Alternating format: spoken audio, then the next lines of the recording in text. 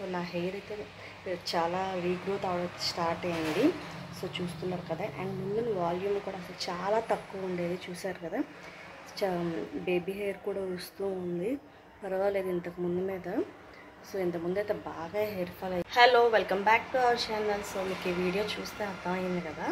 So ఇది ఒక మంచి వీడియోతో మేము ముందుకు వచ్చేసాను. లేడీస్ అందరికీ చాలా పెద్ద సమస్య హెయిర్ ఫాల్. స్కిన్ బాగపోయినా బాగానే ఉంటారు, కానీ హెయిర్ ఫాల్ అయితే మటుకు చాలా తెలియని ఒక స్ట్రెస్కి అయితే ఫీల్ అయిపోతూ ఉంటారు. సో నేను రీసెంట్గా ఒక 2 months బ్యాక్ నుంచి కరివేపాకు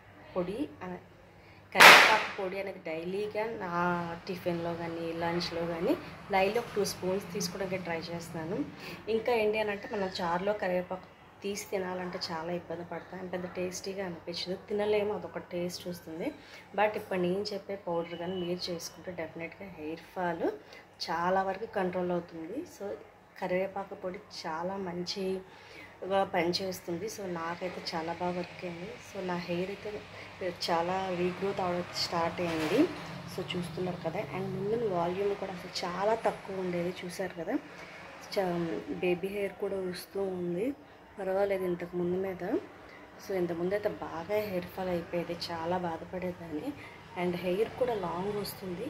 సో చూస్తున్నారు కదా. సో డెఫినెట్గా నేను చెప్పిన ఈ కరివేపాకు కూడా మీరు ట్రై చేయండి. చూడండి, హెయిర్ అల్లేటప్పుడు సైడ్ నుంచి వెంట్రుకలు ఎలా వస్తున్నాయో. డెఫినెట్గా హెయిర్ అయితే పెరుగుతుంది.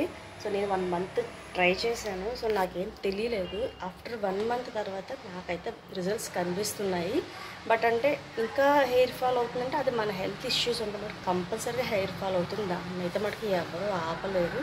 సో మీరు డాక్టర్ దగ్గరికి వెళ్ళి సప్లిమెంట్స్ తీసుకోవాల్సిందే. కొంతమందికి రకరకాల హెల్త్ ప్రాబ్లమ్స్ వల్ల ఆల్మోస్ట్ హెయిర్ ఫాల్ అనేది ఊడుతుంది. ఓన్లీ ఫుడ్ వల్లే ఊడుతుంది, ఫుడ్ సరిగ్గా తీసుకోకపోవడం వల్ల ఊడుతుంది అంటే కరివేపాకు అయితే చాలా బెస్ట్ మాట. ఓకేనా. సో ఈ కరివేపాకు పొడి తిన్నాం మాత్రం హెయిర్ పెరిగిపోతుందా అని చెప్పేసి అడగొచ్చు మీరు. సో ఏది వెంటనే రిజల్ట్ రాదు. ఫుడ్ అనేది మన బాడీలోకి వెళ్ళి మన బ్లడ్లోకి వెళ్ళాలి. సో చాలా టైం పడుతుంది, బట్ ఆ వచ్చిన రిజల్ట్ పర్మనెంట్గా ఉంటుంది. సో వెయిట్ చేయాలి. సో డైలీగా తీసుకోవడానికి ట్రై చేయండి. లేదు మేము పచ్చిగానే తినగలం అనుకుంటే చక్కగా ఒక రోజు ఒక 5-10 ఆకులు పచ్చిగా తినండి. బట్ అలా తిన్నా సరే మనం తాకే తింటాం.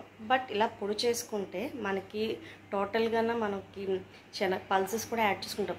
బట్ ఏంటంటే ప్రోటీన్ కూడా యాడ్ అవుతుంది. నేను పలుకులు, శనగపప్పు అండ్ మినప్పప్పు, జీరా ఇవన్నీ వేసాను కదా. సో డైజెషన్ అవుతుంది, ప్లస్ మన డైజెషన్ సిస్టమ్కి ఈ ధనియాలు, జీలకర్ర అనేది చాలా బాగా హెల్ప్ఫుల్ అవుతుంది.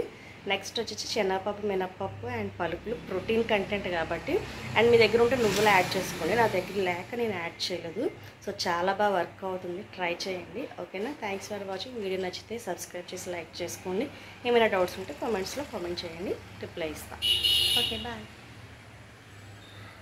ఇప్పుడు వచ్చేసి కరివేపాకు పొడి కోసం అయితే నేను ధనియాలు, జీలకర్ర, పలుకులు అండ్ శనగపప్పు, మినపప్పు ఫ్రై చేసి పక్కన పెట్టుకున్నాను. నెక్స్ట్ వచ్చేసి ఎండుమిర్చి కూడా ఫ్రై చేస్తున్నాను. ఇవి కూడా కొద్దిగా ఫ్రై చేసుకోవాలి, కరకరలాడేలాగా చేసుకోవాలి, ఎందుకంటే మనం మిక్సీ పడతాం కదా. సో అందుకని కరివేపాకు కూడా మనకి బాగా డ్రై అయిపోయింది, చక్కగా ఇంక అన్నీ కలిపి మిక్సీ పట్టడమే. ఈ బ్లాక్గా ఉన్నదంతా బొత్తుమినపప్పు, శనగపప్పు, ధనియాలు, జీలకర్ర అండ్ పలుకులు. ఫస్ట్ అయితే మటుకు ఇవన్నీ మిక్సీ పట్టేసుకోవాలి మిర్చితో, ఈ ఎండుమిర్చితో సైతం. నెక్స్ట్ కరివేపాకు వేయాలి. ముందుగానే కరివేపాకు వేస్తే ఇవి ఏమీ నలగవు. ఓకేనా. కరివేపాకుని కూడా లైట్గా ఇలా ఫ్రై చేసేసుకోండి. చూసారు కదా, జస్ట్ ఒక 2 minutes అంతే, ఎక్కువగా కాదు.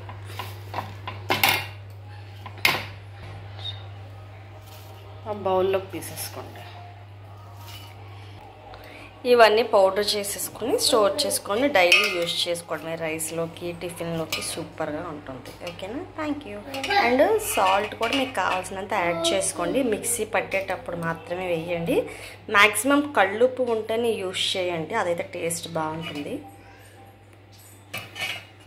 ఇలా మెత్తగా పౌడర్ చేసేసుకున్న తర్వాత కొద్దిగా అందులోనే హీట్ మిక్సీ వేడికి కొద్దిగా హీట్గా ఉంటుంది కదా, ఆ హీట్ అంతా తగ్గిన తర్వాత మీరు ఏదైనా గాజు కానీ లేకపోతే స్టీల్ దాంట్లో కానీ స్టోర్ చేసుకోండి. ప్లాస్టిక్లో అస్సలు వద్దు.